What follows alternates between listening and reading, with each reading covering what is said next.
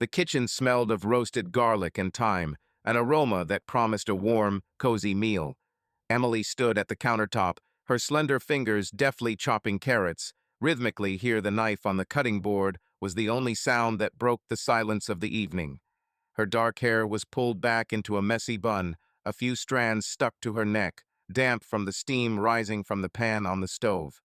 At 32, Emily was still attractive high cheekbones, a scattering of freckles on her nose, and green eyes that seemed to hold secrets that even she herself could not quite figure out. But today those eyes were tired, dull from the weight of routine.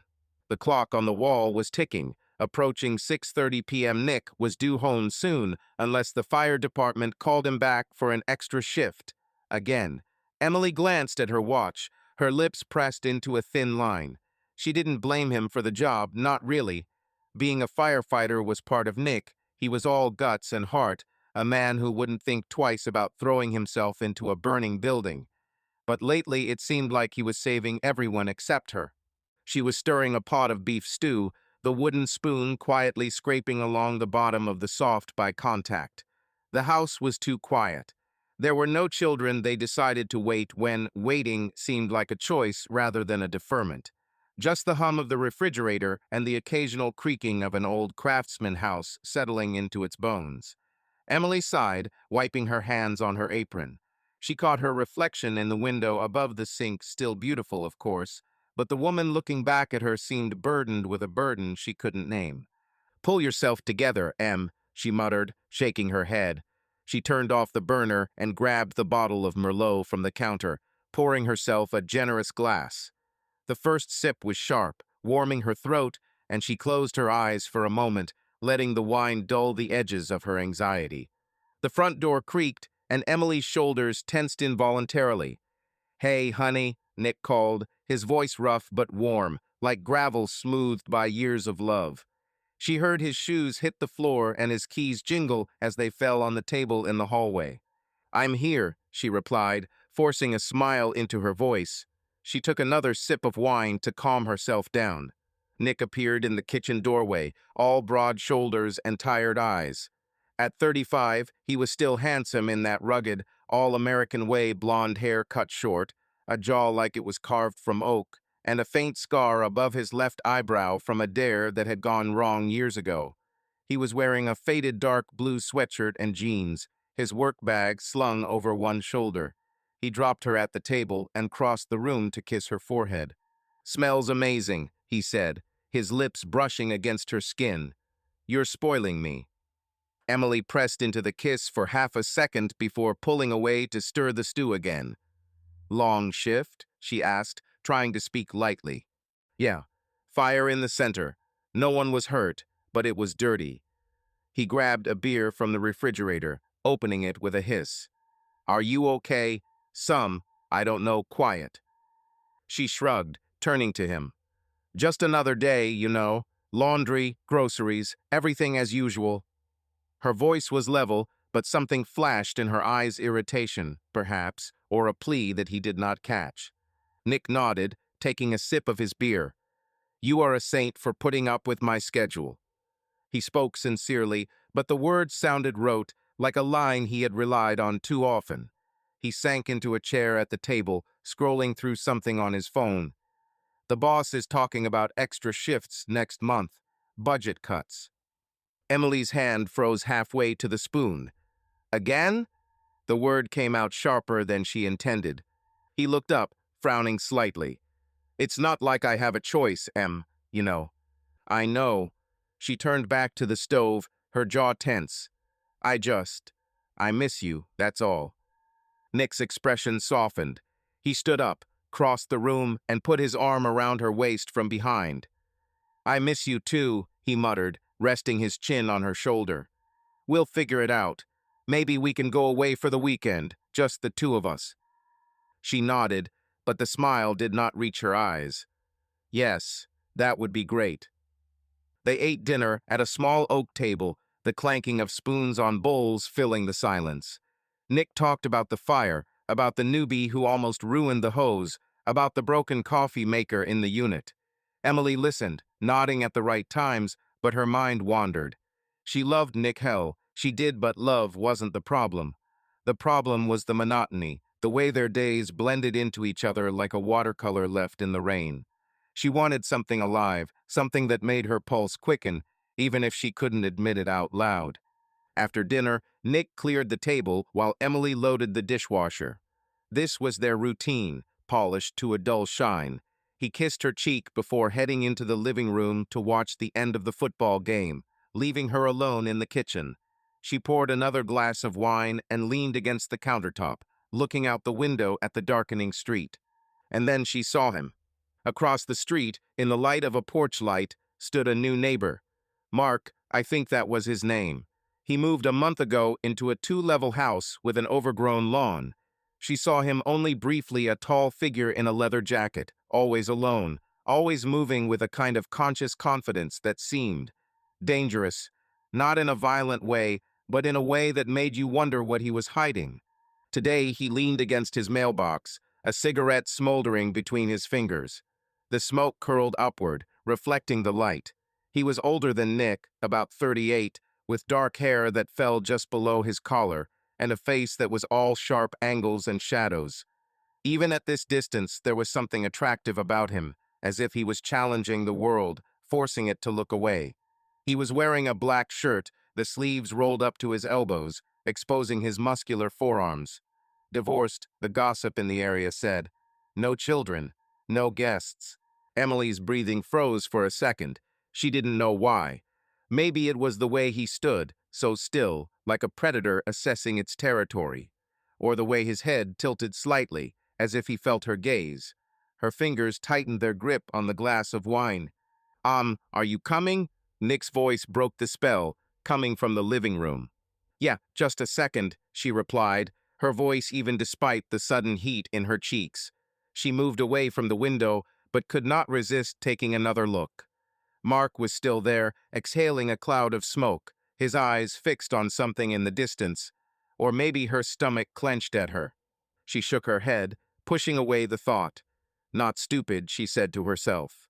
She was married, happily for the most part, and yet, as she joined Nick on the couch, curled up next to him as the TV blared, her thoughts drifted back to the figure across the street, to a smoldering cigarette, burning like a warning.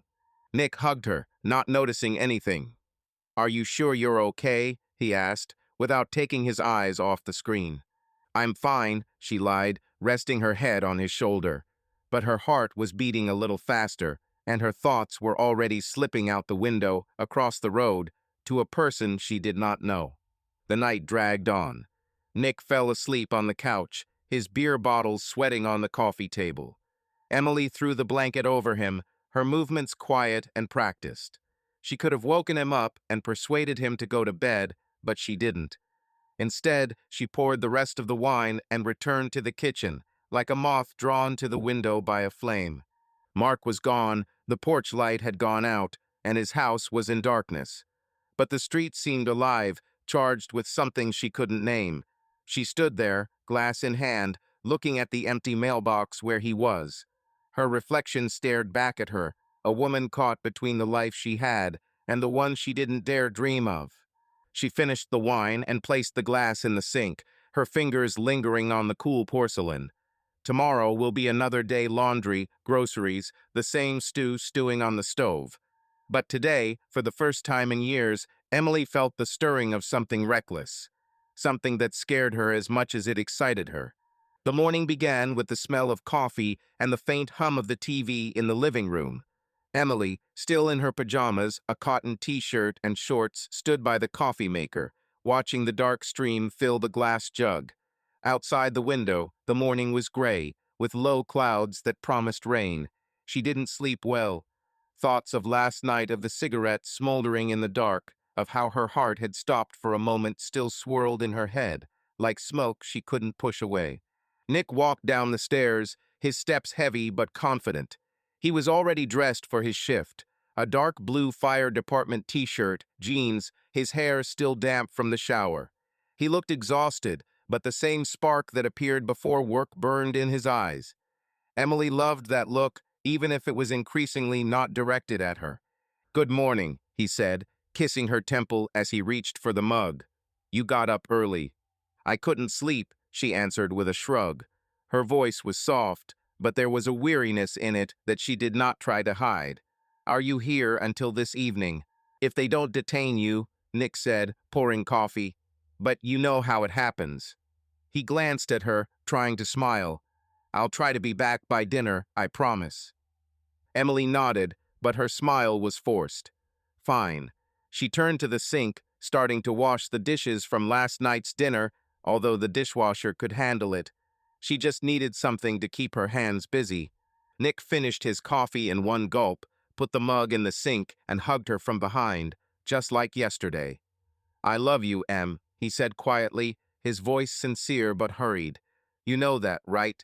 I know, she answered without turning around. I love you too. He squeezed her shoulders, then let go, grabbed his bag, and headed for the door. See you in the evening, he shouted, and a second later the front door slammed. Emily was left alone, with the sound of water running from the tap and the distant murmur of the TV. She turned off the water and dried her hands with a towel. Her gaze involuntarily slid to the window. Mark's house across the street was quiet, curtains drawn, no movement. She shook her head, pushing away thoughts of him. You're acting like a schoolgirl, she reproached herself, but this did not help to calm the slight trembling in her chest. The day passed slowly. Emily cleaned, did laundry, vacuumed, but it was all automatic. Her thoughts wandered, returning to Nick, to their marriage, to how he was slowly but surely becoming like old, comfortable furniture loved, but not exciting.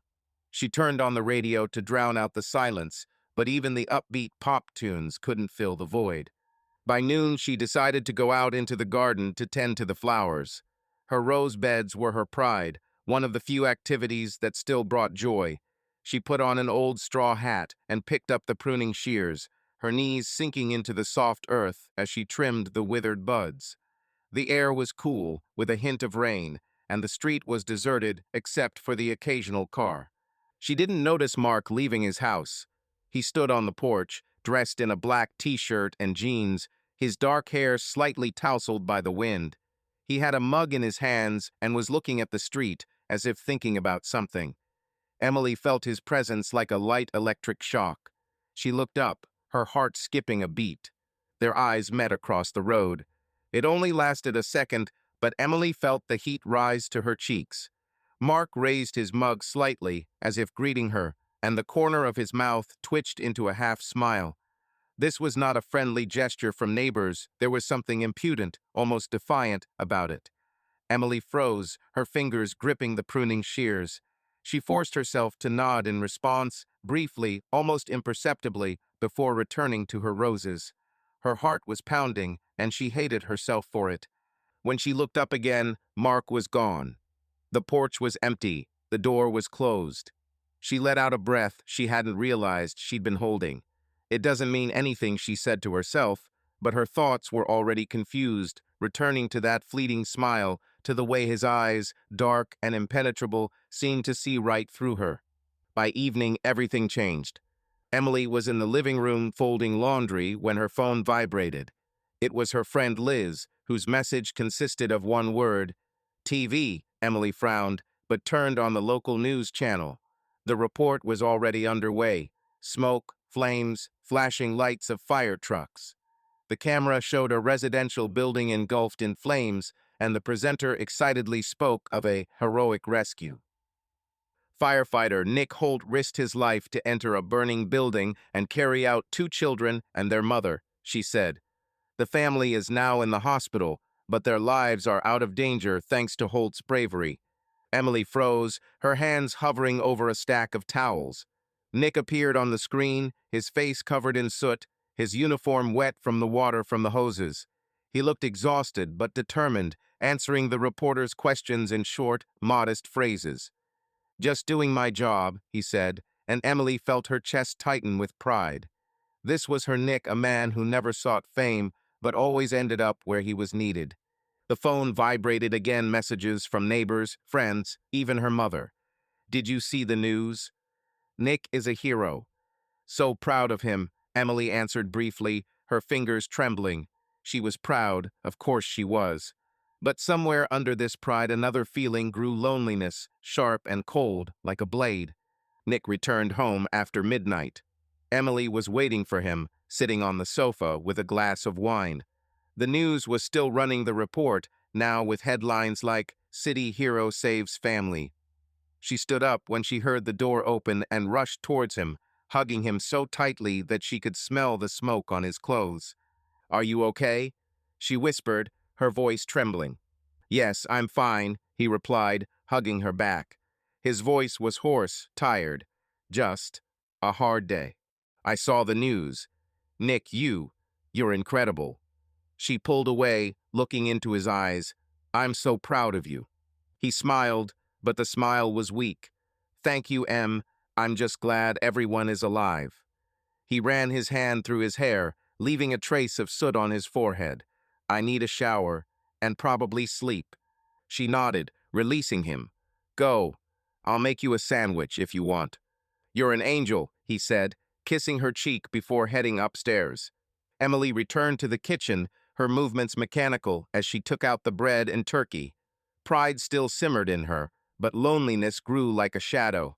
Nick was a hero for everyone, for the city, for that family, for reporters, but for her he was just a husband who looked into her eyes less and less. She hated herself for these thoughts, but they did not go away.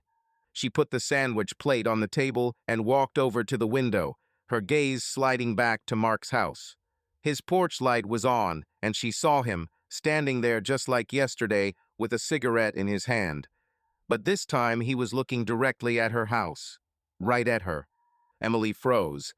Her breathing became uneven as Mark raised his hand and waved slowly, not friendly, not casually, but with the same cocky confidence that was in his morning smile. It was a gesture that said, "I know you're watching." Her fingers squeezed the windowsill, and she felt her body respond to this look, to this challenge, with a heat that she could not ignore. She didn't wave back. Instead, she turned away, her heart pounding so loudly that she was afraid Nick would hear it from above. She turned off the kitchen light and hurried into the living room, trying to concentrate on the TV, on the report about her heroic husband. But the image of Mark, his dark eyes, his challenging smile stayed with her, like an imprint she couldn't erase.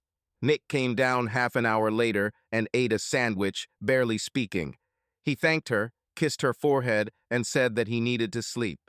Emily was left downstairs alone, with the TV still showing his face. She was the hero's wife, but she felt further away from him than ever. The morning was clear, with rare clouds moving across the blue sky.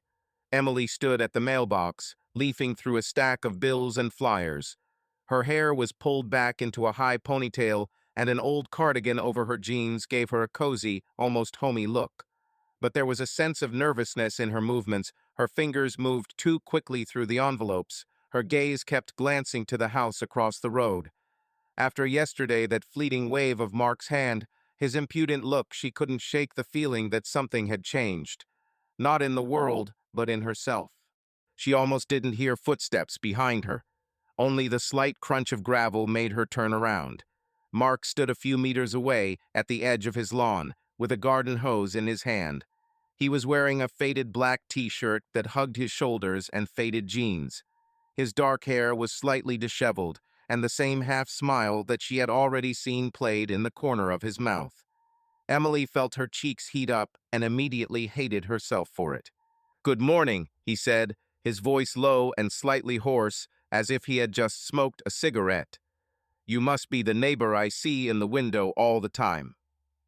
Emily froze, her fingers clenching the envelopes. "Did he see me looking?" She forced herself to smile, trying to appear at ease. "And you must be the new neighbor who smokes by the mailbox," she answered, surprised at her own courage. Mark laughed, short but sincere, and the sound made her heart skip a beat. "Guilty," he said, raising his hands as if in surrender. The hose dangled in his fingers, water dripping onto the ground. "But you know, this is the only place where I can think, or pretend to think." She raised an eyebrow, still holding on to the mail as a shield. "And what are you thinking about at 7 in the morning?" He shrugged, his gaze sliding over her not brazenly, but carefully enough that she felt naked. about how this lawn turns into a jungle, and why a beautiful woman checks her email as if she's expecting bad news. Emily swallowed, her smile faltering. He's flirting. Right now. She could walk away, mutter something polite, and return to the house. But instead, she stepped a little closer, her sneakers crunching on the gravel. "Maybe I'm just hoping for a winning lottery ticket," she said, her voice light but with a spark of challenge. "And you? Are you expecting something special, standing here with this hose?" Mark grinned, and something dark, almost dangerous, flashed in his eyes. "Maybe I was just waiting for you to finally leave the house," he said, lowering his voice. "Emily, right?" Her breathing hitched. "How do you know my name?" "The neighbor's mail sometimes ends up in the wrong place," he answered, nodding at the box. "Emily Holt, a beautiful name, suitable for you." She felt the heat rise up her neck. "And you, Mark?" she asked, trying to regain control. "Exactly," he said, holding out his hand. "Mark Reed, glad to finally meet you." Emily hesitated, but shook his hand anyway. His palm was warm, slightly rough, and this contact lasted a split second longer than necessary. She quickly withdrew her hand, clutching the envelopes. "Well, welcome to the neighborhood," she said, her voice a little quieter, "although you seem to have already gotten used to it." "I'm trying," he answered, his gaze not leaving her. "But, this place is quiet. Too quiet. Sometimes you want a little shake up." Her pulse quickened. She knew she should change the subject, say something neutral, but instead her lips said, "So what are you doing to shake yourself up?" Mark narrowed his eyes, as if gauging how far she was willing to go. "Depends on the day," he said. "Sometimes it's a motorcycle and an empty road. Sometimes a good conversation with someone who isn't afraid to speak up." He paused, his voice becoming a little lower. "And you, Emily? What do you do when you need to feel alive?" The question hung in the air, heavy and tempting. Emily felt her throat go dry. She could lie, say something about gardening or cooking, but the truth was that she didn't know. "I haven't known for a long time. I—" She began, but was interrupted by the sound of a car driving down the street. She blinked as if waking up. "I'm probably too busy to think about it." "It's a pity," Mark said, and there was something almost compassionate in his voice. "A beautiful woman like you deserves more than just being busy." Emily opened her mouth to respond, but couldn't find the words. She felt vulnerable, as if he saw her not Nick's wife, not a housewife, but a woman who was suffocating from routine. I need to go," she muttered, retreating. "See you." "Definitely," Mark replied, his smile almost predatory. "Emily." She turned and walked quickly towards the house, her heart pounding. Already at the door, she looked back. Mark was still standing there, looking after her. The hose in his hand seemed ridiculous in comparison with his confidence.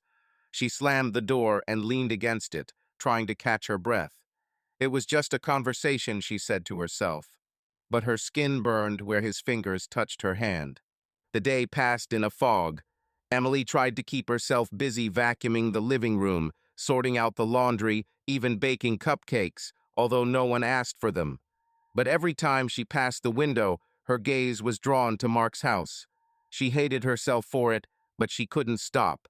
His words, "A beautiful woman like you deserves better," replayed in her head like a broken record. By evening, she was sitting in the kitchen, stirring pasta sauce. Nick was supposed to be back soon, unless he was detained again.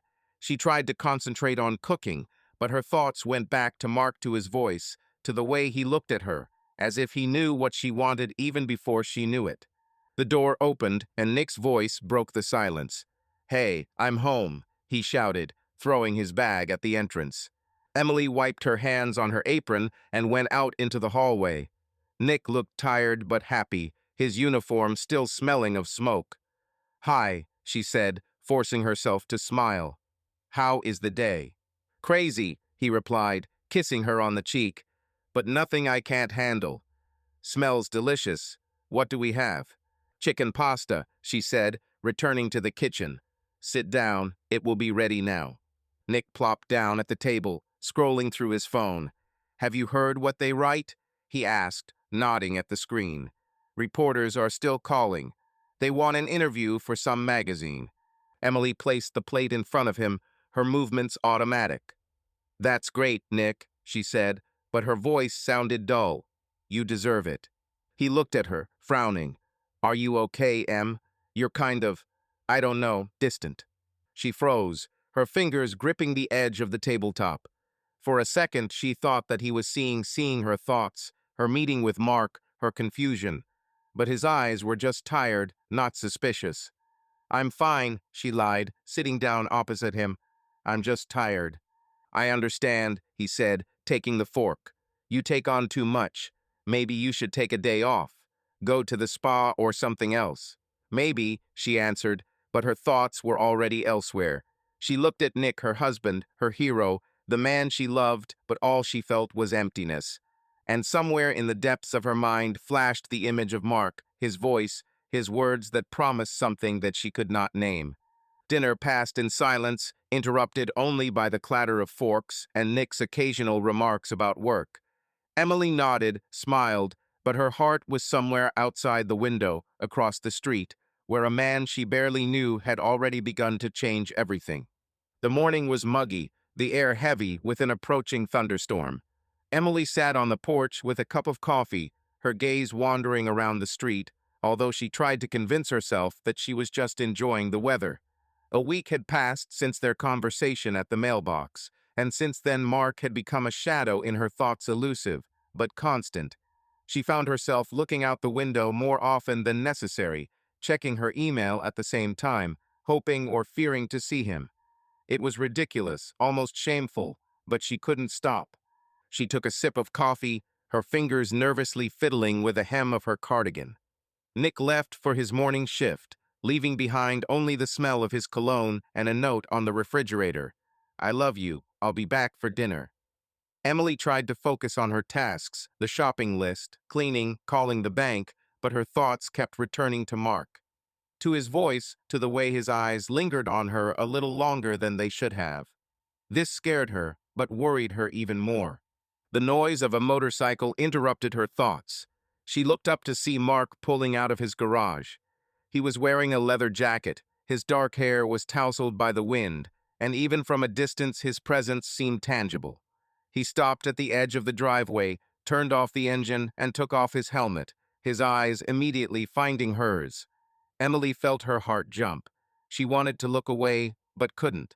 Drinking coffee alone again.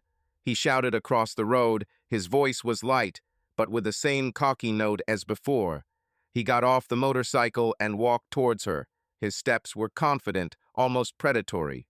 Emily swallowed, setting her cup down on the railing. It's better than drinking it with bad company, she answered, trying to appear casual.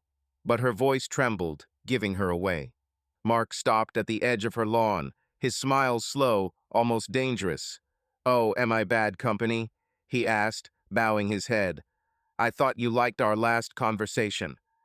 She felt heat on her cheeks and crossed her arms defensively.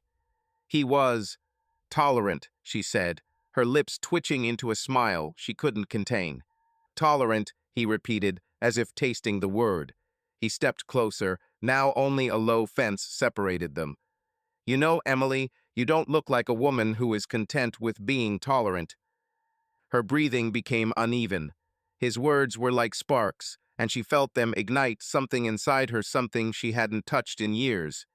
And you seem to think too much about me, she replied, her voice quieter, but there was a playfulness in it that she hadn't expected. Mark narrowed his eyes, his gaze slid over her face, neck, and lingered for a moment on her lips. Maybe so, he said, but I rarely make mistakes with people. Silence hung between them, heavy with unspoken things. Emily felt her pulse beating in her throat, her body responding to his proximity despite all her attempts to remain indifferent. She had to leave, say something polite, and return to the house. But her legs seemed rooted to the spot. What are you doing today? He asked suddenly. His tone was casual, but his eyes said that this was not just a question. Nothing special, she answered, her voice almost a whisper. Housework, ordinary things. Ordinary things, he repeated, and there was a hint of mockery in his voice. Sounds boring. He paused, then leaned a little closer, leaning on the fence. Let's go have some coffee. There is one place in the city that makes the best espresso. Not ordinary things. Emily froze. The invitation was simple, but there was something more in it, a promise, a challenge, a temptation. She felt her throat go dry. I can't, she said, but her voice was hesitant, almost apologetic. I have things to do. And I'm married, you know. Mark didn't back down. His smile widened, but there was no embarrassment in it. I noticed a ring, he said, nodding at her hand. But coffee is just coffee, Emily. It's okay. He straightened up, but his gaze remained fixed on her. Unless you're afraid it will taste too good. She laughed, nervously but sincerely, and the sound relieved the tension, although not completely. You're confident, aren't you? She asked, raising an eyebrow. Only when I know I'm right, he answered, and there was so much confidence in his voice that she felt her resolve melting. Maybe another time, she finally said, trying to sound firm, but her words sounded like a promise, not a refusal. Mark nodded as if he had been expecting this. I'll remember, he said, his voice low, almost intimate. See you, Emily. He turned and walked back to his motorcycle, but his walk was leisurely, as if he knew she was watching. Emily remained on the porch, her fingers gripping the cup so tightly her knuckles turned white. She felt a heat in her chest, a mixture of guilt and excitement that frightened her as much as it attracted her. It was just a conversation, she repeated to herself, but even she didn't believe it. Emily spent the rest of the day in confusion. She washed the dishes, sorted out the laundry, even tried to read a book, but her thoughts returned to Mark, to his invitation.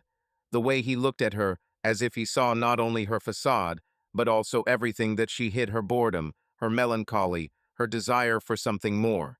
She hated herself for these thoughts, but they were stronger than her. In the evening, she stood at the stove, preparing dinner salmon with lemon sauce, Nick's favorite dish. She tried to concentrate on cooking, but her gaze kept sliding to the window. There was no sign of Mark's house, no lights, no motorcycle. She didn't know if she was disappointed or relieved. The door opened and Nick walked in, his steps heavy with fatigue. Hey, honey, he said, throwing his bag at the door. It smells like a restaurant. Emily turned around, forcing herself to smile. I'm trying for you, she answered, but her voice sounded dull, and she hoped that he wouldn't notice. Nick came up, hugged her from behind, and kissed her neck. You're the best, he muttered. His lips were warm, but Emily felt her body tense. She hated herself for it, but his touch did not cause the heat that she felt in the morning, standing at the fence. How was the shift? She asked, going to the stove to stir the sauce.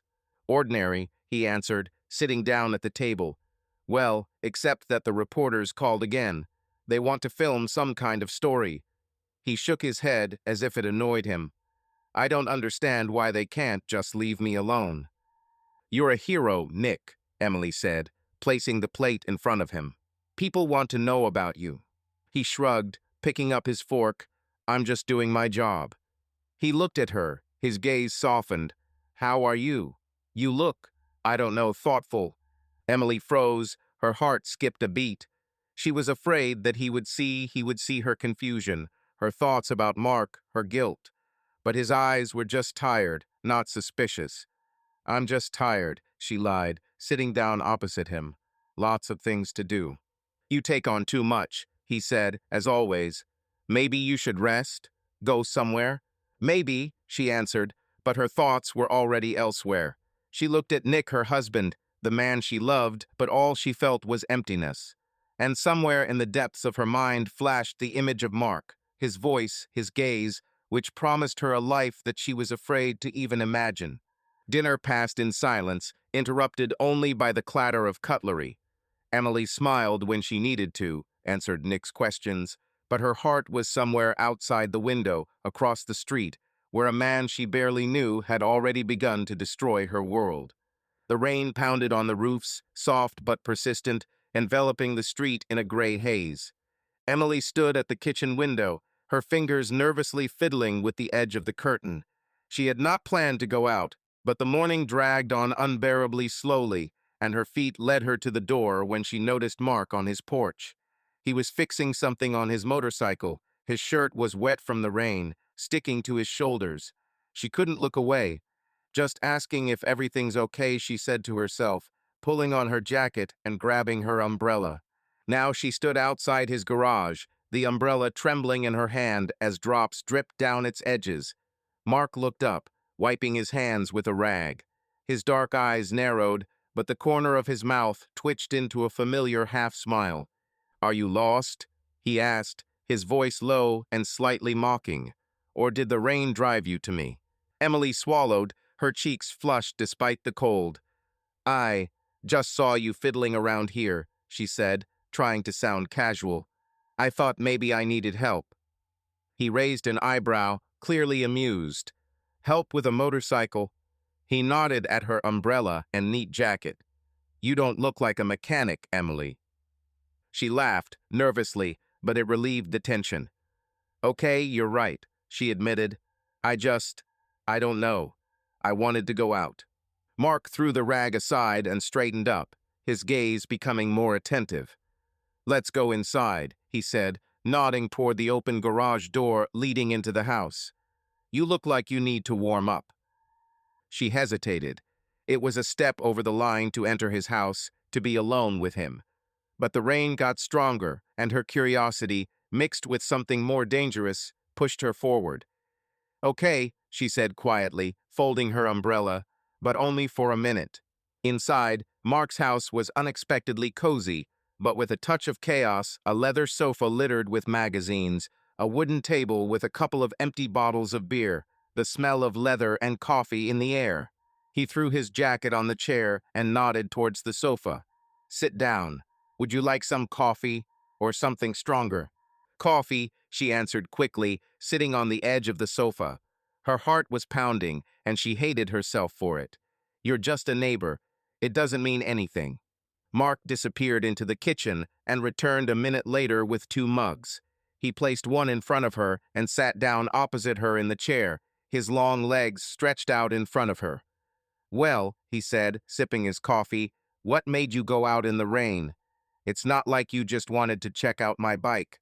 Emily clutched the mug, her fingers soaking up the warmth. I I don't know," she admitted, her voice quieter than she intended. It's too quiet at home." He nodded as if he had expected this. "Silence can be hard," he said, his gaze lingering on her, "especially for a woman like you." She frowned, her curiosity overcoming her awkwardness. "What do you mean, like me?" Mark leaned back in his chair, his smile almost predatory. "You know what I mean, Emily. You are not made for silence. He paused, searching for a word, alive. But you hide behind this house, behind this ring." He nodded at her hand, and her fingers instinctively tightened. Her throat was dry. "You don't know anything about me," she said, but her voice shook. "Really?" He stood up. His movements were smooth, almost cat-like. He walked over to the table, picked up a small tablet, and returned to her. "Then maybe this will help." Emily frowned, her heart beating faster. "What is this?"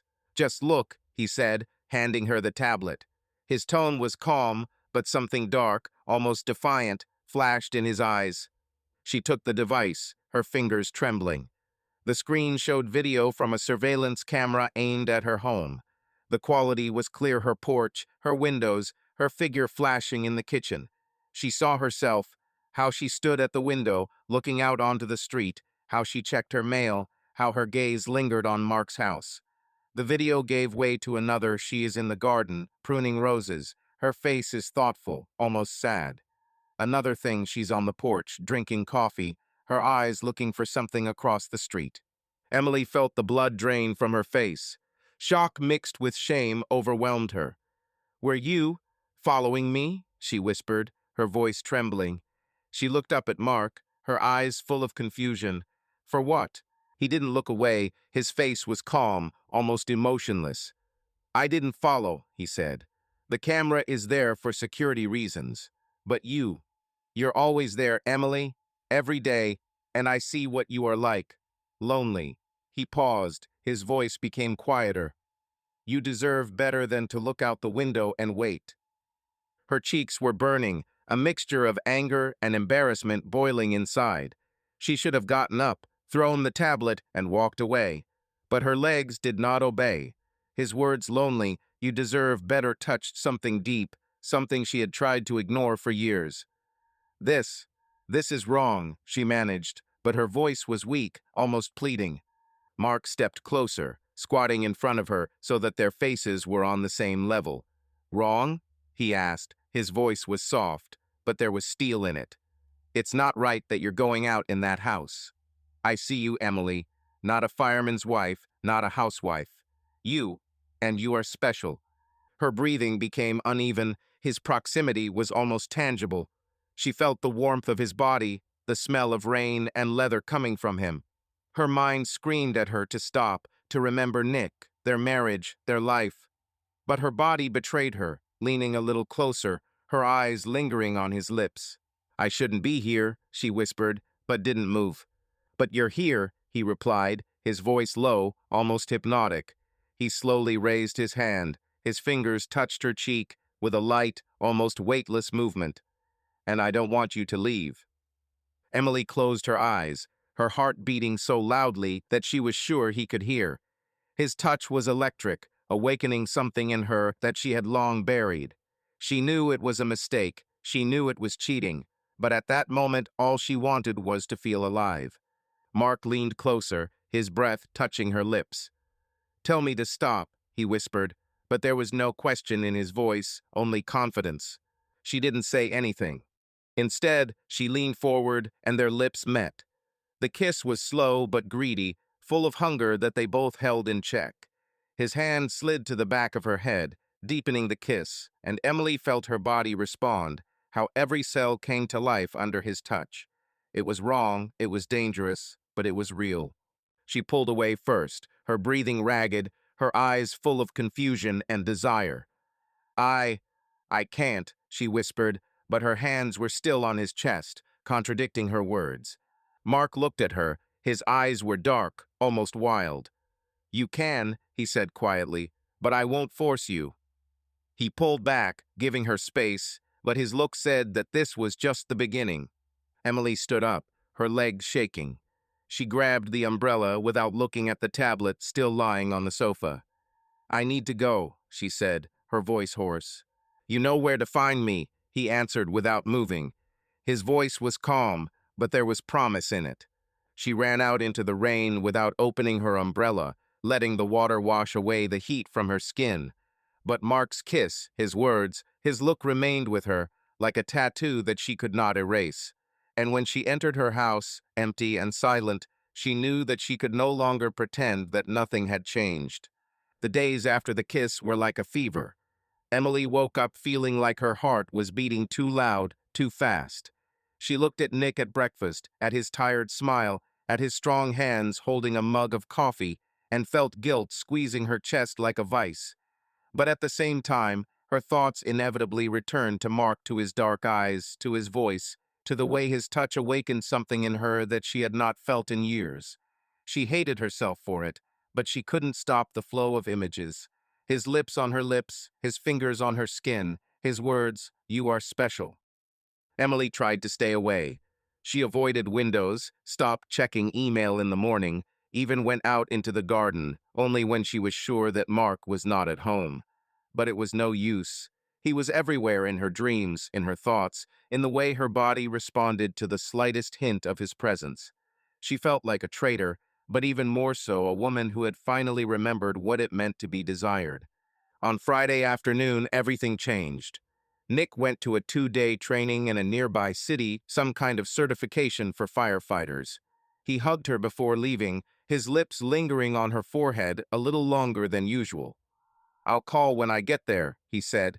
I love you, Em. She smiled and nodded, but her heart was pounding from something else. As his car disappeared around the corner, she felt both relieved and terrified.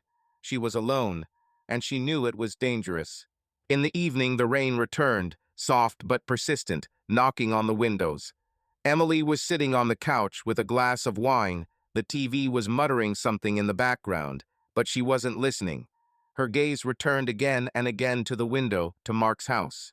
His porch light was on, and she could see his silhouette, standing there as he had that first evening, cigarette in hand. She clutched the glass so tightly that her knuckles turned white. "Leave," she ordered herself. But instead she stood up, put on her jacket, and stepped into the rain. She didn't take an umbrella. The water quickly soaked her hair and her jeans, but she didn't notice. Her steps were fast, almost desperate, as she crossed the road. Mark noticed her when she was already halfway there. He threw away the cigarette, his eyes narrowed, but a smile, that same impudent, almost predatory one, appeared on his face. "I didn't expect to see you in the rain," he said, his voice low and slightly hoarse. He stepped towards her, his shirt already wet, sticking to his chest. Did something happen? Emily stopped a few steps away, her breathing uneven. The rain ran down her face, but she did not look away. I I don't know why I came," she said, her voice trembling. "This is a mistake. I shouldn't be here." Mark stepped closer. Now they were separated by less than a meter. He didn't touch her, but his presence was palpable, like an electric shock. "But you're here," he said quietly, his eyes searching her face. "And I don't think it's a mistake." She swallowed, her throat dry. "I'm married, Mark," she whispered, but her words sounded not like a protest, but like a plea. "I have Nick. I can't." He leaned a little closer. His voice became even quieter, almost intimate. "Then why are you here, Emily? Why are you standing in the rain looking at me like you want me to do what we're both thinking about?" Her heart skipped a beat. She wanted to lie, to say that it was an accident, that she had just gone out for a walk. But the truth was in her eyes, in the way her body was involuntarily drawn to him. "Because," she began, but her voice broke. "Because I can't stop thinking about you." These words hung in the air, heavy and irreversible. Mark looked at her for a second, his face motionless, and then he stepped forward, his hand touching her cheek, wet from the rain. "Then don't stop," he said, and before she could answer, he kissed her. The kiss was not the same as last time. Then he was slow, probing, full of pent-up hunger. Now he was furious, desperate, as if they both knew there was no turning back.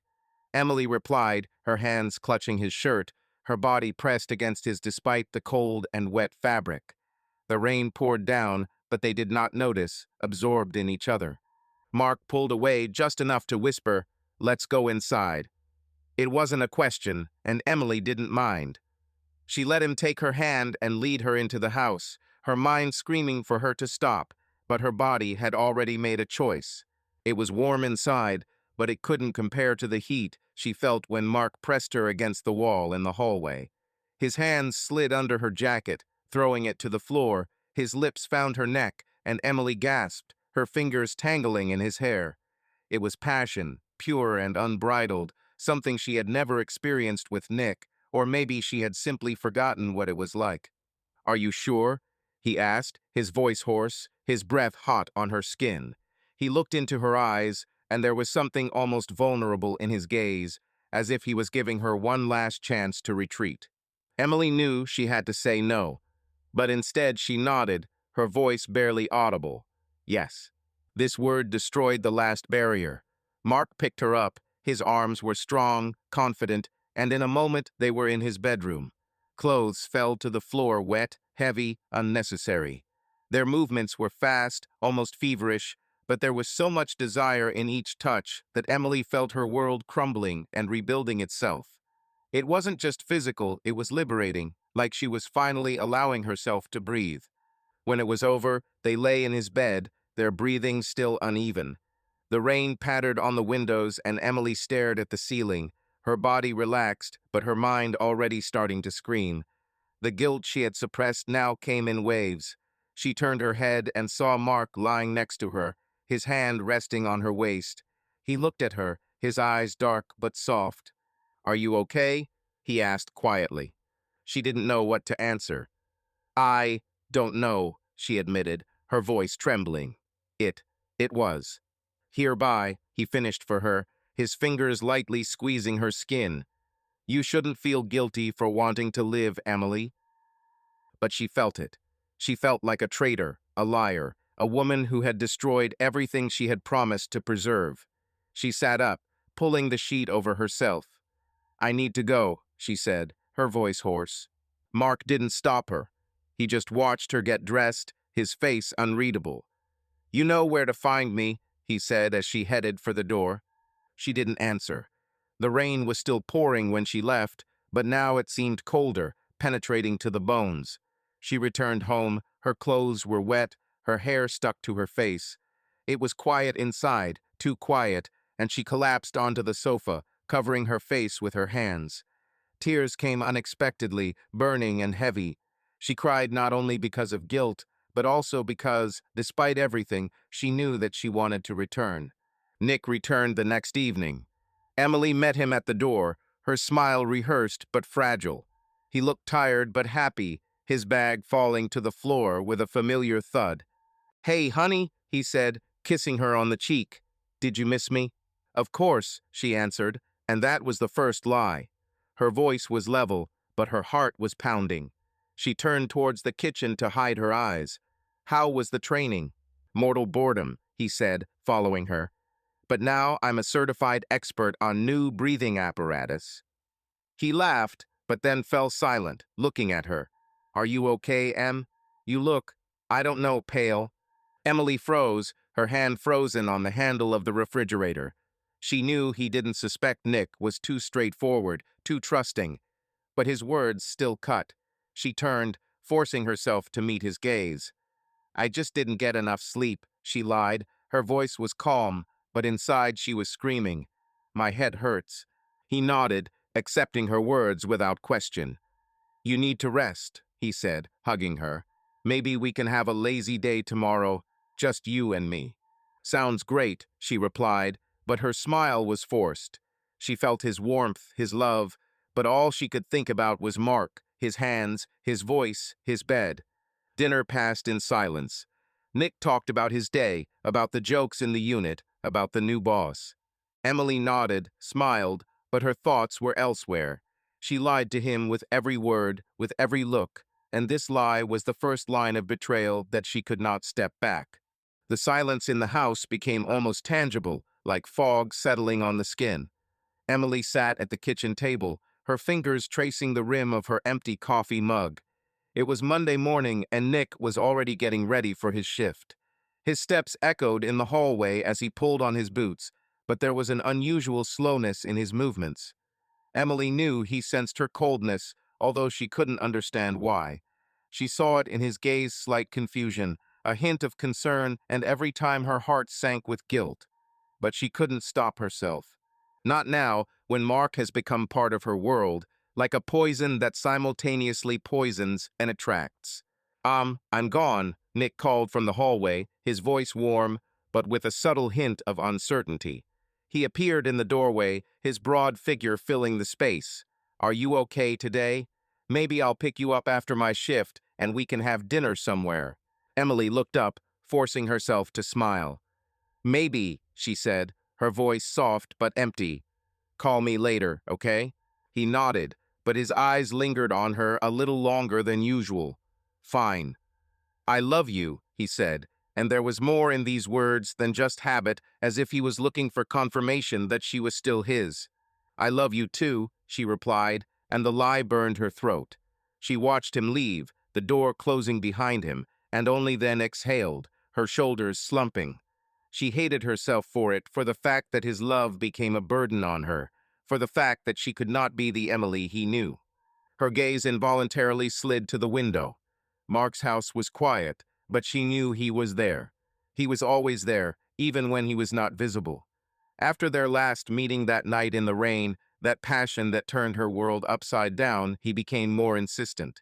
He didn't call or write, but his presence was felt in every glance across the street, in every casual touch when she accidentally ran into him at the mailbox. And she, to her shame, looked for these moments, like a drug addict waiting for the next dose. By noon, she couldn't stand it anymore. She told herself she was going to the store, but her feet led her to Mark's house. She knocked, her heart pounding, and when he opened the door, her breath hitched. He was wearing a black t-shirt, his hair was disheveled, and his eyes immediately lit up when he saw her. "I didn't expect you so soon," he said, his voice low and slightly mocking. He stepped back, inviting her to enter. "What's happened? Bored alone?" Emily stepped inside, her fingers fiddling nervously with the strap of her bag. I, I shouldn't be here," she muttered, but her feet were already carrying her into the living room, which was shudderingly familiar. Mark closed the door, his movements were calm, but there was a predatory confidence in them. "But you're here," he said, coming closer, "and I'm starting to think that you can't live without me." She swallowed, her cheeks flushed. "It's not like that," she lied, but her voice wavered. I just, I don't know what I'm doing." He stopped a step away from her. His gaze was heavy, almost burning. "You know, Emily," he said quietly, "you're here because he doesn't give you what I give. Because you don't belong to him. Not now." Her heart sank. His words were like a blow, but there was a truth in them that she did not want to admit. "Don't say that," she whispered, her voice full of pain. "Nick, he's good. He loves me." Mark stepped closer, his hand touching her chin, causing her to look up. "Good," he repeated, and there was a hint of bitterness in his voice. "But that's not enough, right? You want more. You want me." His fingers slid across her cheek, and she felt her body betray her, leaning towards him. "I can't go on like this," she said, but her voice was weak, almost pleading. "It destroys me." "Then go away," he said, but his hand did not let go of her. "Leave now, Emily." "But we both know that you won't leave." She closed her eyes, her breathing uneven. He was right. She could have left. She could have gone home to her life, to Nick. But instead, she stepped towards him, her lips found his, and the kiss was like a fall desperate, inevitable. His arms immediately wrapped around her, strong and demanding, and in a moment they were already on the sofa, their clothes falling to the floor like unnecessary shells. It was not just passion, it was addiction, and Emily felt how Mark was becoming her heir, her salvation, her poison. "You're mine," he whispered, his voice hoarse, his lips sliding along her neck. "Not him. My." She did not answer, but her body spoke for her, giving herself completely to him, without looking back. In that moment, there was no Nick, there was no guilt, there was no world outside this room. There was only them, their breath, their skin, their hunger. That evening, Nick returned home earlier than she expected. Emily was in the kitchen, her hair still damp from the shower in which she tried to wash away the smell of Mark, his touch, herself. She heard the door open and her heart sank. She was not ready for this, for his voice, for his love, for his unsuspecting eyes. "Hey, honey," Nick said, entering the kitchen. He looked tired, but in his hands was a bouquet of roses red, her favorite. "I thought we needed something special." He smiled, but there was a shadow of uncertainty in his smile. "We haven't done anything for nothing for a long time, you know." Emily froze, her fingers gripping the edge of the tabletop. The roses were like an accusation, their scent mixed with her guilt. "Nick," she began, her voice trembling. It's cute, thank you." He frowned as he placed the bouquet on the table. "Are you okay, Em?" he asked, coming closer. "You're kind of distant. It's been a week now, if not more." She forced herself to meet his gaze, her heart pounding. "I'm just tired," she lied, her voice level, but inside she was screaming. "Lots of things to do, you know." He nodded, but his eyes said he didn't believe it. He stepped towards her, his hand touching her shoulder. "I want us to be like before," he said quietly. "Do you remember how we went to the lake? Just you and me, without all this." He waved his hand, referring to his work, her routine, and their life. "Let's do this. On the weekend. Just us." Emily felt tears welling up in her eyes. She wanted to say yes. She wanted to be the woman who loved him, who was happy with him. But the image of Mark, his voice, his hands, his words stood between them like a wall. I'll think about it," she said, moving away under the pretext of taking a vase of roses. "That sounds great, but I need time. Nick looked at her, his face a mixture of pain and confusion. If something's wrong, just tell me, he said, his voice almost pleading. I don't want to lose you. These words hit her like a knife. She turned to him, her lips trembling, but she forced herself to smile. It's okay, Nick, she lied, looking him straight in the eyes. I need some space. But I love you. He nodded, but his shoulders sagged, as if he felt like he was losing her, but didn't know how to stop it. Okay, he said quietly. I'll be waiting. Dinner passed in silence. Nick ate mechanically, his eyes glued to his plate, and Emily picked at her food, her thoughts elsewhere. She saw Mark in every corner of her mind, and heard his voice, "You don't belong to him." And the more she tried to cling to Nick, to their marriage, the more she felt that she was falling into the abyss that she herself had created. When Nick went to bed, Emily remained downstairs, her fingers clutching the phone. She knew that Mark was waiting for her, that he was already dependent on her, just as she was on him. And despite the guilt, despite the pain, she knew that she could not stop. Not now. The days felt like a fine line between euphoria and paranoia. Emily woke up with a taste of guilt in her mouth, but her body still remembered Mark's touch, his heat, his words that both lifted her up and pulled her down. She found herself checking her phone, waiting for his message. Although he rarely texted, he preferred chance encounters, fleeting glances across the street that made her heart beat faster. But each time her anxiety grew. Something about Mark, his persistence, his confidence began to seem not just attractive, but menacing. It was Wednesday morning, and Emily found herself back at his house. Nick was on a daily shift, and she told herself that she just came to talk, to put an end to it. But conversations with Mark were never just conversations. They sat in his living room, her knees shaking as he poured her wine, even though it was only 11 in the morning. You look tense, he said, his voice soft but slightly mocking. He sat down next to her, too close, his thigh almost touching hers. Still worried about your fireman? Emily clutched her glass, her fingers trembling. Don't call him that, she said quietly. He is my husband. Mark narrowed his eyes, his smile slow, almost predatory. A husband who doesn't notice how you're fading, he said. His hand lay on her knee, warm and heavy. I notice, Emily. I see you. She swallowed, her throat dry. His words still affected her, but now there was something in them that made her skin crawl. Mark, I don't know how long I can continue this, she admitted, her voice trembling. This, this is too much. He leaned closer, his breath touching her cheek. Too much? He asked, his voice becoming lower, almost threatening. Or are you just afraid to admit that you want this? What do you want from me? Emily pulled away, her eyes darting around the room, looking for a foothold. And then she noticed it, a small black lens, barely visible in the corner of the bookshelf. Camera. Her heart sank. She remembered the video he had shown her earlier, footage from a camera pointed at her house.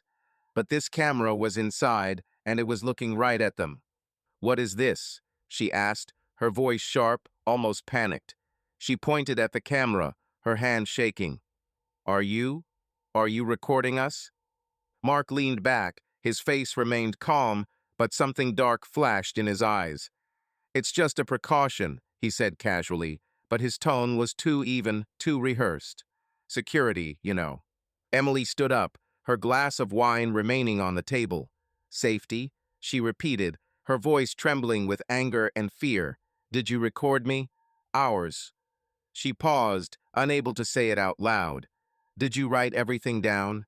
He slowly stood up. His movements were smooth, but there was a sense of threat in them. Emily, calm down, he said, his voice soft but steely.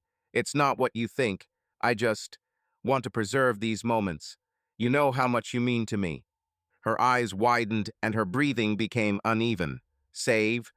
She stepped back, her back hitting the wall. This is not normal, Mark. This hurts. You have no right. He stepped towards her. His face was now serious, without that usual smile. I don't have the right? He asked, his voice becoming colder. After everything that happened between us? You come to me, Emily. You choose me. Now you want to play the victim? Her throat constricted, tears stung her eyes. I'm not pretending, she said, her voice breaking. I... I thought you were different. But this, she pointed at the camera, her hand shaking. This is wrong. You are manipulating me. Mark stopped, his eyes narrowed, but he didn't back down. Manipulating, he said, his voice almost mocking. I gave you what you wanted. Freedom, passion, life. You were dead in that house, Emily, and I brought you back. He paused, his gaze becoming harder. And don't pretend that you didn't want it. I saw the way you looked at me. I know how you feel. Emily shook her head, her tears finally falling. You don't know me, she whispered. You only see what you want to see. She stepped towards the door, her legs trembling. I'm leaving. He grabbed her wrist, not hard, but enough to make her freeze. His fingers were warm, but his grip was iron. You won't leave, he said, his voice low, almost threatening. Not like that. You're mine, Emily. You know that. She pulled her hand away, her eyes blazing with anger and fear. I'm not yours, she said, her voice firmer than she expected, and never was. She turned and ran out of the house without looking back, her heart pounding so loudly it drowned out the sound of the rain. Returning home, Emily locked the door and collapsed on the couch, her body trembling. She felt dirty, used, but worst of all was the realization that she had allowed this to happen. She covered her face with her hands, her tears mixing with the rainwater still dripping from her hair. Camera, records. His words are, "You are mine." It was not just a hobby, not just a passion. Mark was possessed, and now she feared him as much as she feared herself. She tried to pull herself together, to convince herself that she could just cut it all off, no longer look across the road, no longer respond to his glances, no longer give in. But fear gnawed at her from the inside. What if he uses recordings? What if he showed them to Nick? Or worse, spread them? She imagined Nick's face, his pain, his rage, and her stomach clenched. In the evening, Nick returned home. Emily sat in the kitchen, her eyes were red, but she managed to wash herself and put on a smile. He entered, leaving his bag at the door, and immediately noticed its condition. Are you okay?" he asked, his voice filled with concern. He approached, his hand laying on her shoulder. "You look. I don't know, I'm scared." She swallowed, her throat was dry. "Just a bad day," she lied, her voice shaking. "My head hurts." He frowned, his hand squeezing her shoulder. "Are you sure?" he asked. "You've been kind of not you lately. If something happens, just say it. I'm here." His words were like a knife. She wanted to tell him everything about Mark, about the tapes, about how she ruined their marriage. But fear and shame held her tongue. Instead, she shook her head, her smile fragile. "It's okay, Nick," she said, looking into his eyes. "I'm just tired." He nodded, but his look said he didn't believe it. He hugged her, his warmth was familiar, safe, but Emily felt like a stranger in his arms. She knew that Mark would not stop, that his obsession would only become stronger. And now she was afraid not only for herself, but also for what he could do with her life. Emily woke up feeling like her chest was being pressed by an invisible weight. The night was restless, full of fragmentary dreams in which Mark looked at her through the camera lens, and Nick stood in the doorway, his face distorted with pain. She lay in bed, listening to Nick's steady breathing next to her heart pounding with fear and guilt.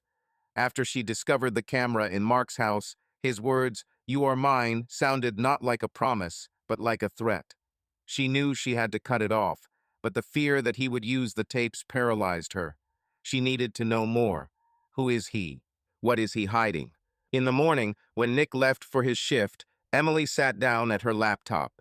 Her fingers trembled as she typed into the search engine, Mark Reed.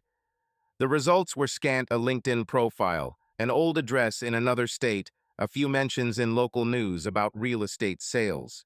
Nothing unusual. But she remembered the neighbors' rumors. Mark was divorced, his ex-wife had left. Or disappeared. Emily frowned, her stomach clenching. She added to the search, Mark Reed divorce. A search turned up an article from a local newspaper from 3 years ago. The headline read, "Suburban Woman Vanishes After Divorce." Emily clicked on the link, her breathing becoming uneven. The article was about Caitlin Reed, 34, who filed for divorce from Mark Reed and disappeared shortly after. Police suspected she had left town, but her family said Caitlin would not have cut off all ties. The case remains unsolved. Emily stared at the photo of Caitlin, blonde hair, soft smile, eyes full of life. She looked like her. Too similar. Emily closed her laptop, her hands shaking. It could have been a coincidence. People are disappearing. Divorces can be messy. But the camera in Mark's living room, his obsession, his words, everything added up to a frightening picture. She remembered how he talked about her as if she belonged to him, and now it sounded less like passion and more like something much more sinister. She needed to be sure. She couldn't just sit there and wait for Mark to take the next step. After lunch, when the street was empty, she put on her jacket and headed towards his house. Her plan was simple. If Mark was at home, she would come up with an excuse, ask about something neighborly. If it's not there, she'll try to look inside. It was crazy, she knew, but fear pushed her forward. Mark's car was missing, and the house looked empty. Emily knocked, her heart pounding, but no one answered. She looked around. The street was quiet. The neighbors' curtains were motionless. With trembling hands, she tried the door. Locked, but the garage window was slightly open, and after a moment's hesitation, she squeezed inside. The garage smelled of oil and leather, and tools were neatly arranged on shelves. Emily walked to the inner door leading into the house, and to her surprise, it was unlocked. She stepped into the living room, her breathing ragged. Everything looked the same as in her memories, a leather sofa littered with magazines, the smell of coffee in the air. But now every object seemed ominous, like the scenery in a nightmare. She began to search, her movements quick but careful. The desk drawers contain nothing but bills and old receipts. There are books on the shelves, photographs of Mark on a motorcycle, but nothing suspicious. She was about to leave when she noticed a box in the corner, partially covered with a blanket. Her heart skipped a beat. She knelt down and opened the lid. There were women's things inside. A floral scarf, silver earrings, a pair of leather gloves. Emily froze, her fingers touching the scarf. These are not her things. But they were too personal, too well-groomed, to be just trash. She pulled out a small notebook lying at the bottom. On the first page was handwritten, "Caitlin."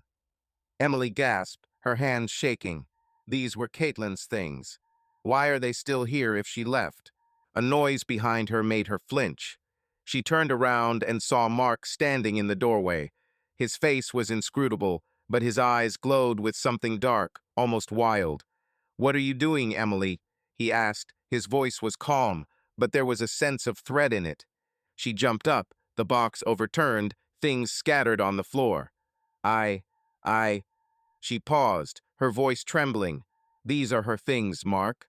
"Caitlin, why are they here? What did you do to her?" He stepped closer, his movements slow but frighteningly confident. "You were going through my things," he said, his voice growing colder. "It's not very polite, you know." Returning home, Emily locked the door, her body trembling. She collapsed on the floor, her mind in chaos. She knew she had to stop everything, but now it wasn't just about her marriage, it was about her safety. Emily sat in the living room, her fingers nervously fiddling with the edge of the sofa cushion. It was drizzling outside the window, gray and endless, like her thoughts. Since her last meeting with Mark, his words about Caitlin, his threats, his obsession, she hadn't slept. Her mind was like a seething cauldron, fear, shame, despair. She knew she had to stop, but his threats, the tapes he could use, kept her caged. She felt backed into a corner, and every glance at Mark's house across the street increased her panic. The phone vibrated on the table, and Emily jumped. She grabbed it, waiting for another message from Mark. He began to write more often, short phrases like, "You know where to find me," or "Don't keep me waiting." But it wasn't him. Nick's boss called. His voice was tense, almost harsh. "Emily, this is John from the fire station. Nick is in the hospital. An incident occurred on call. You need to come." Her heart sank. "What?" she whispered, her voice trembling. "What's happened? Is he okay?" "He's alive," John said, but his tone did not inspire optimism. "Fractures, burns. He's in intensive care. Come to the district hospital. Now." Emily dropped the phone, her hands shaking as she grabbed her keys and jacket. The world around her shrank to a narrow tunnel. Nick, the hospital, fear. She ran out into the rain without even noticing how wet she was, and 20 minutes later she was at the hospital, her sneakers squeaking on the tiled floor of the waiting room. The doctor met her at the entrance to the intensive care unit. His face was tired but calm. "Mrs. Holt, your husband is stable," he said, but his words sounded like a formality. "He has 2 broken ribs and second-degree burns on his arms and shoulder. He lost consciousness due to the smoke, but is now conscious. He was lucky." "Are you lucky?" Emily repeated, her voice hoarse. "How did this happen?" "The collapse of a beam during a fire in a warehouse," the doctor explained. "He pulled out 2 workers, but he himself found himself under the rubble. His partners managed to pull him out." Emily closed her eyes, her throat tightening. Nick was the hero again. And she was a traitor. The guilt she had been suppressing now washed over her like a wave. "Can I see him?" she asked, her voice trembling. "Yes, but not for long," said the doctor. "He's weak." She entered the room. Her steps were uncertain. Nick lay in the hospital bed, his face pale, his arms covered in bandages, and his chest heaving with difficulty. The monitors beeped quietly, counting his pulse. His eyes opened when he heard her, and he tried to smile, but it was a weak, painful smile. He whispered, his voice hoarse. "Are you here?" She walked over, her tears flowing without warning. She took his hand, carefully, afraid of hurting him. "Nick," she managed, her voice breaking. "Why do you always get into the fire?" He chuckled weakly, but immediately winced in pain. "Because someone has to," he said. "And I knew that you would be waiting for me at home." These words hit her like a knife. She sank into a chair nearby, her face wet with tears. "I'm so guilty," she whispered, unable to contain herself. "Nick, Hey," he interrupted, his fingers squeezing her hand weakly. "You are not to blame for anything. This is my job. I'm fine." He looked at her, his eyes full of love despite the pain. "Just stay with me, okay?" She nodded, her throat too tight to speak. She stayed holding his hand until he fell asleep, but her thoughts were in chaos. Guilt was eating away at her from the inside. Nick risked his life saving people, and she cheated on him with a man who turned out to be not only dangerous, but possibly a criminal.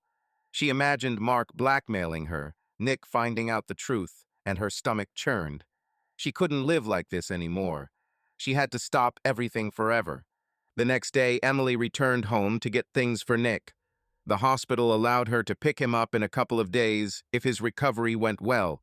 She entered the house. Her movements were mechanical, but her gaze involuntarily slid towards Mark's house. His car was parked in the driveway, and she felt fear tighten in her chest. She knew she had to face him, tell him it was over, but the thought of his threats made her tremble. She packed a bag of clothes for Nick and was heading to the door when she heard a knock. Her heart jumped. She opened the door and saw Mark standing on the porch. His dark eyes were cold, but the corner of his mouth twitched into a familiar smile. "You're avoiding me, Emily," he said, his voice soft but threatening. "That's not very nice." She stepped back, her fingers gripping the doorknob. "Go away, Mark," she said, her voice trembling. "I don't want to see you. It's over."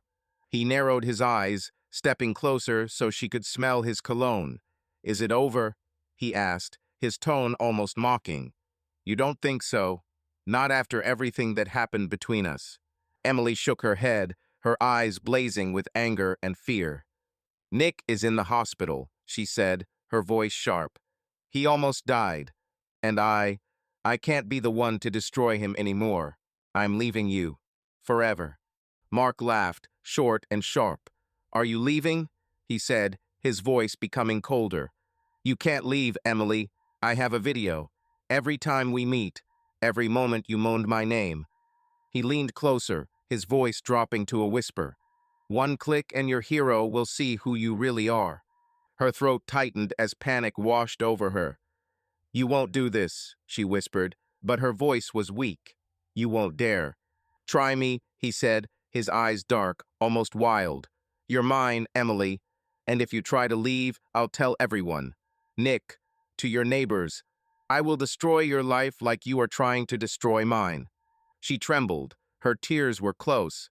"Why are you doing this?" she asked, her voice breaking. "Why me?"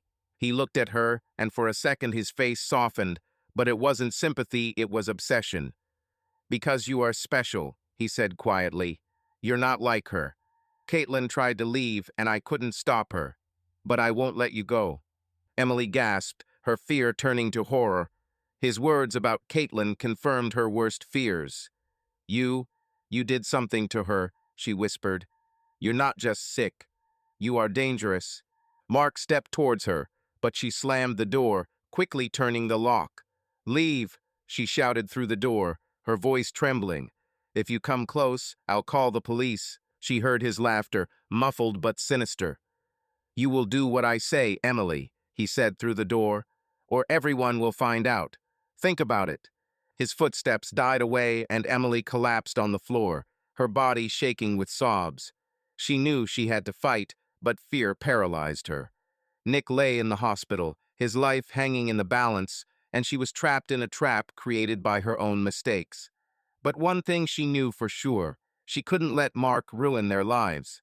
She had to find a way out for Nick's sake, for her own sake, in order to stop this nightmare. The rain had stopped, but the air was heavy, damp, and tense. Emily sat in the kitchen, her fingers clutching a cold mug of tea that she didn't even drink. The house was immersed in silence, but this silence was deceptive, like the calm before the storm. After Mark's last threat, his words about the video, that he would destroy her life, she lived in constant fear. She did not leave the house, did not go to the windows, but she felt his gaze without even seeing him. Nick was still in the hospital, although the doctors promised to discharge him tomorrow. Emily tried to hold on for him, but her nerves were on edge, and the fear that the truth about her betrayal would emerge squeezed her heart. A knock on the door broke the silence. At first light, almost polite, he quickly became louder, more insistent. Emily shuddered, and the mug almost slipped out of her hands. She froze, hoping it was a neighbor or a random passerby, but deep down she knew who it was. The knocking grew into blows, and Mark's voice, low and menacing, cut through the night. "Emily, open the door," he said, his tone calm but with cold fury. "I know you're there. Don't make me break it." She jumped up, her breathing becoming ragged. Retreating to the wall, her eyes darted around in search of the phone, which was lying on the table too far away. The blows became louder, and the wood of the door began to crack. "Go away, Mark!" she shouted, her voice trembling with panic. "I'll call the police." "The police?" His laughter was harsh, almost insane. "And what do you tell them? What do you think of my Caitlin? That I see it in you? Open up, Emily, or I'll come in myself." Her knees buckled and fear overwhelmed her. She rushed to the phone, her fingers trembling as she dialed 911, but at that moment the door gave way with a crash. Mark burst in, his dark eyes blazing with rage. His shirt was wrinkled, his hair was disheveled, and in his hand was a shiny phone, the same one that she knew could have their videos on it. But she couldn't admit it. "Not now, not Nick." "You thought you could just ignore me?" he said, his voice low, almost a growl. He stepped towards her, and Emily stepped back, her back resting against the kitchen table. "You're mine, Emily. You're like her. I won't let you leave." "Please," she whispered, her voice filled with horror. "You're crazy. I'm not your wife. Leave me alone." He laughed, his face contorting. "Crazy," he said, coming closer. "You don't understand. You remind me of her. You should be with me." He reached out his hand, trying to grab her, but she dodged, her hand groping for the knife on the table. She grabbed it, holding it in front of her, her hands shaking. "Don't come near," she shouted, her voice full of despair. "I'm serious, Mark." He froze, his eyes narrowed, but a smile creepy, almost insane, appeared on his face. "You won't do this," he said, his voice soft but threatening. "You're too scared, like her." At that moment, the front door creaked, and Nick's voice, hoarse but firm, broke the silence. "Emily?" Emily gasped, her eyes widening. Nick stood in the doorway, his left arm still in a bandage, his face pale from pain and fatigue. He had insisted on checking out early so he could get back to her, but now his eyes darted between Emily clutching a knife and Mark standing in the middle of their kitchen. "What the hell is going on?" Nick said, his voice full of rage. He stepped forward despite his weakness, his eyes blazing as he looked at Mark. "Who are you, and what are you doing in my house? Like for justice, subscribe for truth." Mark turned to him, his smile widening, but there was no warmth in it. "You must be a fireman," he said mockingly. "Have you come to save your wife? She didn't tell you how I looked at her. How did I say she looks like my Caitlin?" Emily shook her head, her tears flowing. "Nick, he's crazy," she shouted, her voice breaking. "He was following me. He said that I looked like his missing wife. He tried. He harassed me. Please make him go away." Nick looked at her, his face a mixture of confusion and rage, but her words, her lies, had an effect. He stepped towards Mark, his good hand clenched into a fist. "Get out of my house," he said, his voice low and threatening. "Now." Mark laughed, picking up the phone. "What if not?" he said. "Maybe you should know that your wife—" He paused, his eyes sparkling. "She's not as innocent as she seems. I have proof." Emily trembled, her heart sank. She knew what he was talking about, but she couldn't let Nick know the truth. Not now, when their marriage was already hanging by a thread. "He's lying," she shouted, her voice filled with panic. "He's obsessed with me. Nick, please." Nick didn't wait. He rushed at Mark, despite his injury.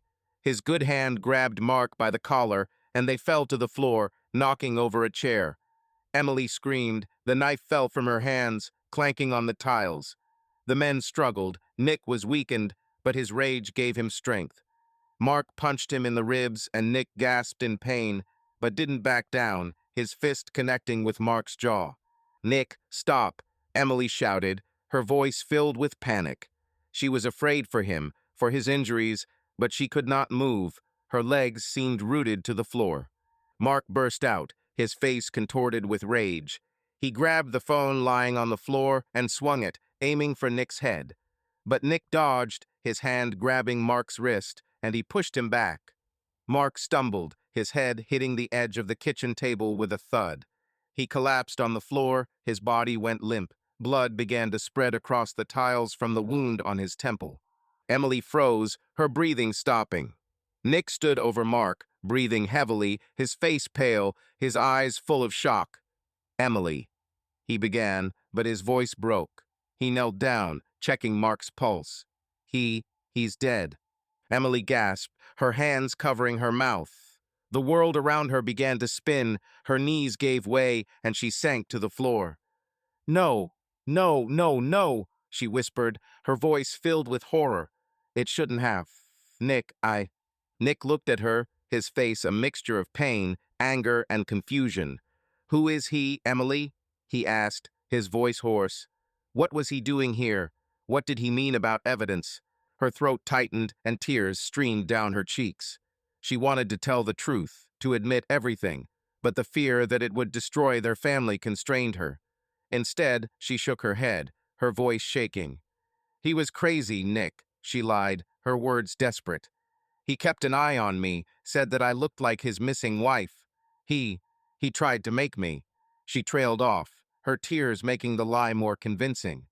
"I didn't know what to do. I was afraid." Nick looked at her, his eyes darkening. She saw that he wanted to believe her, but a shadow of doubt flashed in his gaze. "Why didn't you tell me?"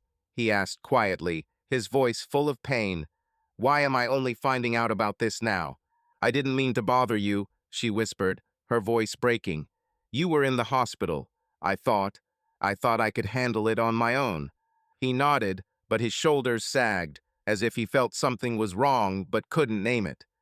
"We need to call the police," he said, his voice cold.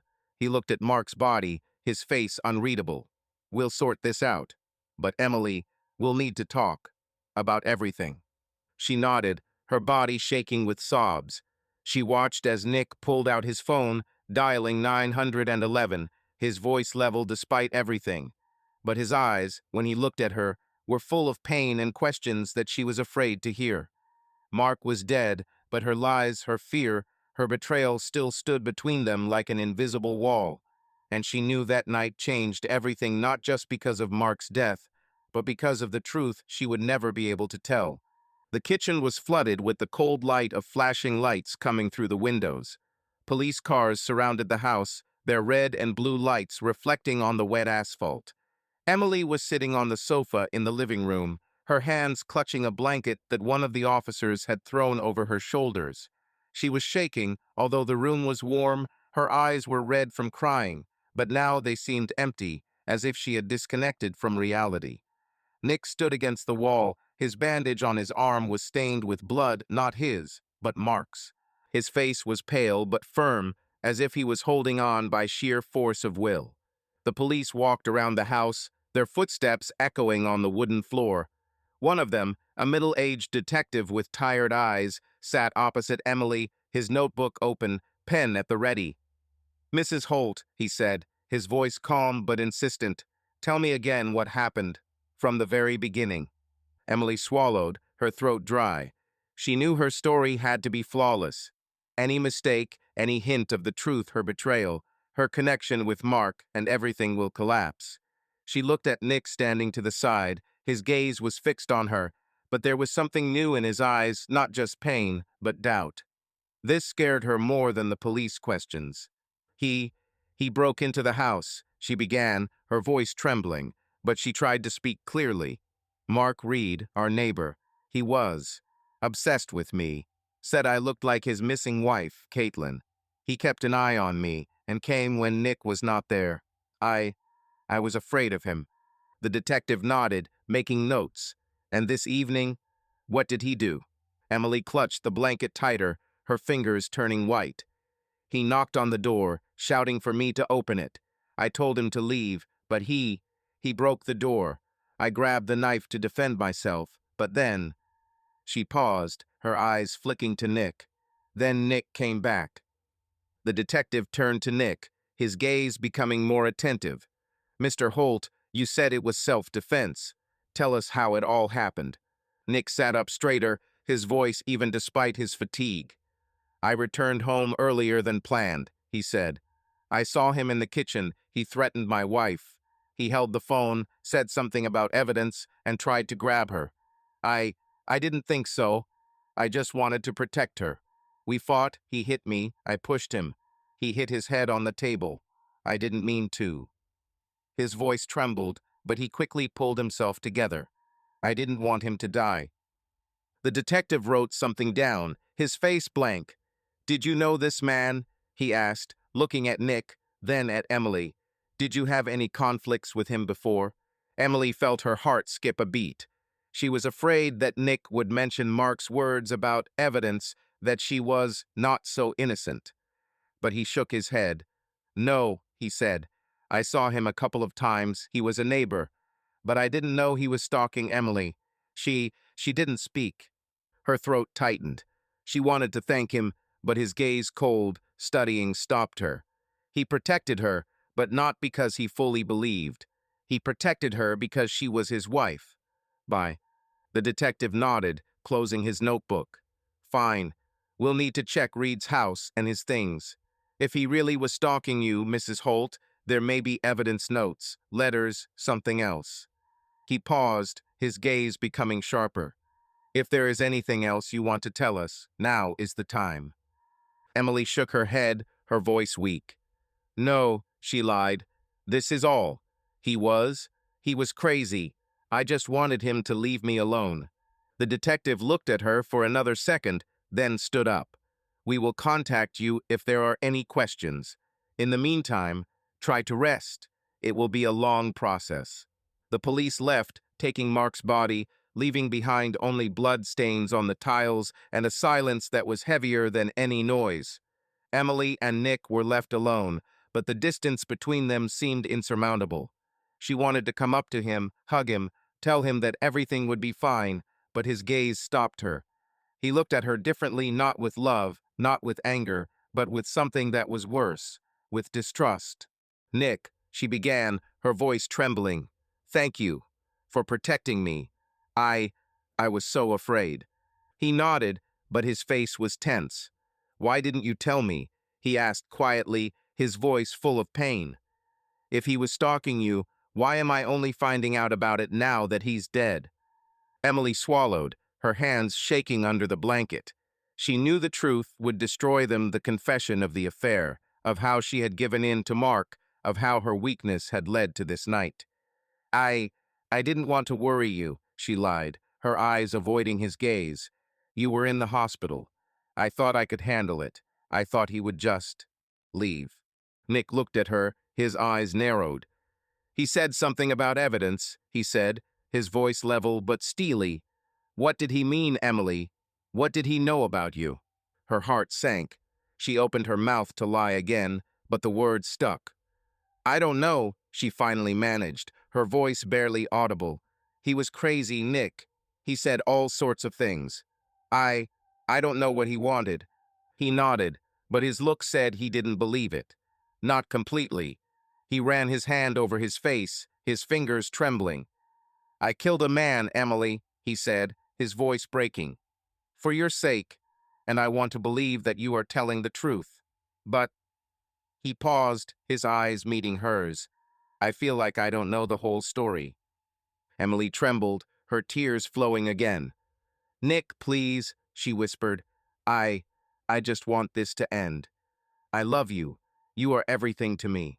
He looked at her for a long time, too long, and there were more questions in his silence than in his words. "I love you too," he said finally, but his voice was empty, like an echo. "But we need time. And honesty." She nodded, her throat tightening. She knew he was right, but the truth was too hard, too destructive. She couldn't admit it, not now, when their marriage was already cracking at the seams. She was afraid that if Nick found out about her betrayal, he would never look at her the same way. And even now, without the truth, his gaze had already changed. He was colder, more distant, as if he saw her as a stranger. Nick turned and walked towards the stairs. "I'll take a shower," he said without turning around. "Tomorrow will be a hard day. Police, questions. We need to be prepared." Emily was left alone, her fingers digging into the blanket. She heard the water rushing overhead, but all she could see was the blood on the tiles, Mark's phone, which the police had taken, and Nick's eyes, full of doubt. She saved their marriage with a lie, but that lie was as fragile as glass. And she knew that if the police found the video, if the truth came out, her life would completely collapse. But for now, she held on to that lie like a lifeline, praying that Nick would never find out who she really was. The house, once warm and full of life, now seemed foreign to Emily.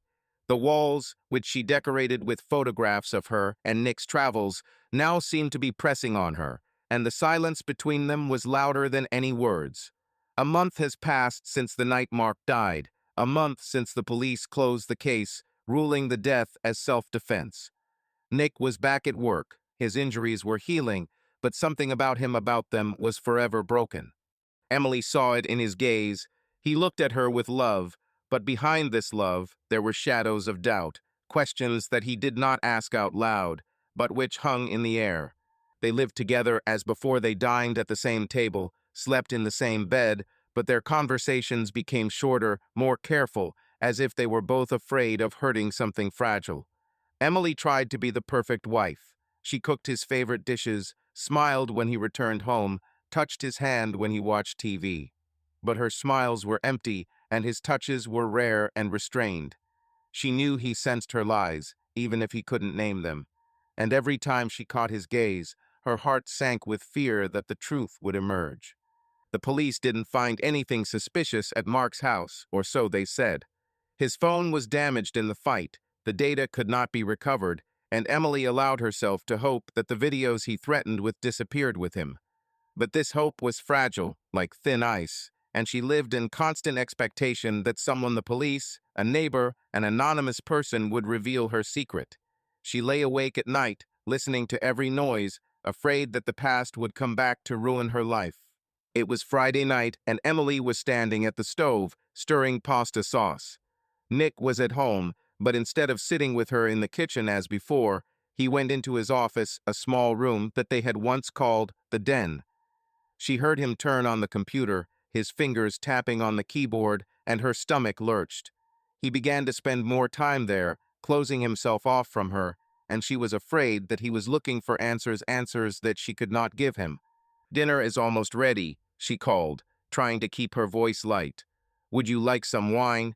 "Yes, that sounds good," he answered from the office, his voice smooth but distant. She poured the wine into glasses. Her movements were automatic, but her thoughts were spinning around what he was doing there, behind the closed door. She put the glasses on the table and walked towards the office, her hand hovering over the handle.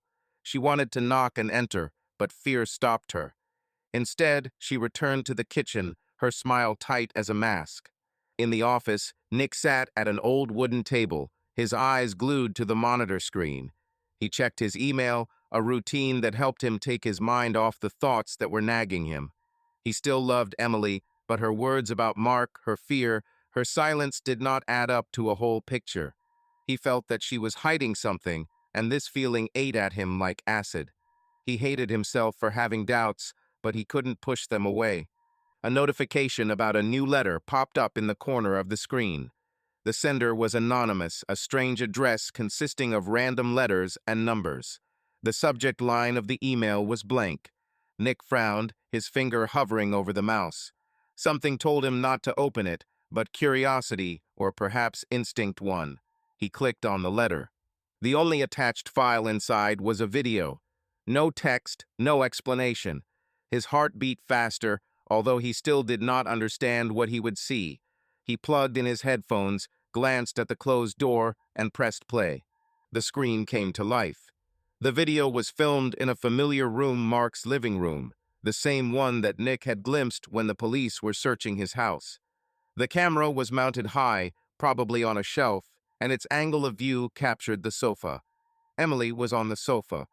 Her hair was disheveled, her cheeks were flushed, and Mark sat opposite her, his hand resting on her knee. They spoke, their voices were quiet, but their words were clear. "You can't live without me," Mark said, his voice low, almost hypnotic. "You know that, Emily." Emily looked at him, her eyes full of confusion, but she didn't move away. I, I shouldn't be here," she whispered, but her body leaned closer to his. Nick froze, his breathing stopped. He watched as Mark leaned towards her, as their lips met, as her hands clung to his shirt.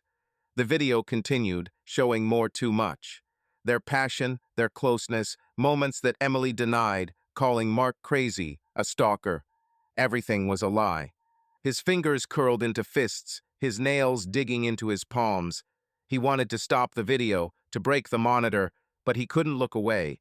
Every second was like a blow, breaking his heart, his trust, his world. When the video ended, the screen went black, but the images remained, burned into his mind. He sat in silence, his chest heaving. He didn't know who sent it, the police who recovered the data from Mark's phone, or someone else who knew the truth. It didn't matter. The truth was in front of him, and it was unbearable. Emily called him from the kitchen, her voice light, as if nothing had changed. "Nick, the pasta is ready. Are you coming?" He didn't answer. His gaze was glued to the blank screen, his face motionless, but his eyes full of pain, anger, and awareness spoke more than words. He stood up slowly, his movements heavy, as if he was carrying the whole world on his shoulders. He left the office. His steps were slow but decisive. Emily stood at the table. Her smile was familiar, but fragile, like thin glass. She held a glass of wine. Her eyes met his, and for a second her smile faltered. She felt something, not the words, not the accusations, but the weight of his gaze. He looked at her as if she were a stranger, and that look contained everything: pain from betrayal, anger from lies, emptiness from destroyed love. "Nick?" she said. Her voice was quieter, almost scared. "Is something wrong?" He stopped, his eyes never leaving hers. There was so much in them that she trembled, her fingers clenching the glass. He knew. She didn't know how, but he knew. And her smile, empty and desperate, was the only thing she could give him a last attempt to hold on to what was already lost. Subscribe to our channel so that your love doesn't cheat on you, and go ahead and listen to the next story, because this story is nothing compared to the next one. If you're under 18, don't even think click to the next one.